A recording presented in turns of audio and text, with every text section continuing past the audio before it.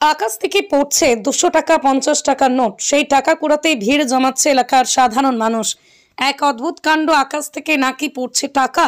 এমনই ঘটনাকে ঘিরে চাঞ্চল্য ছড়িয়েছে হবিবপুর থানার কাঠের ব্রিজ এলাকায়। এই খবর পেয়ে ভিড় জমিয়েছে সাধারণ মানুষ।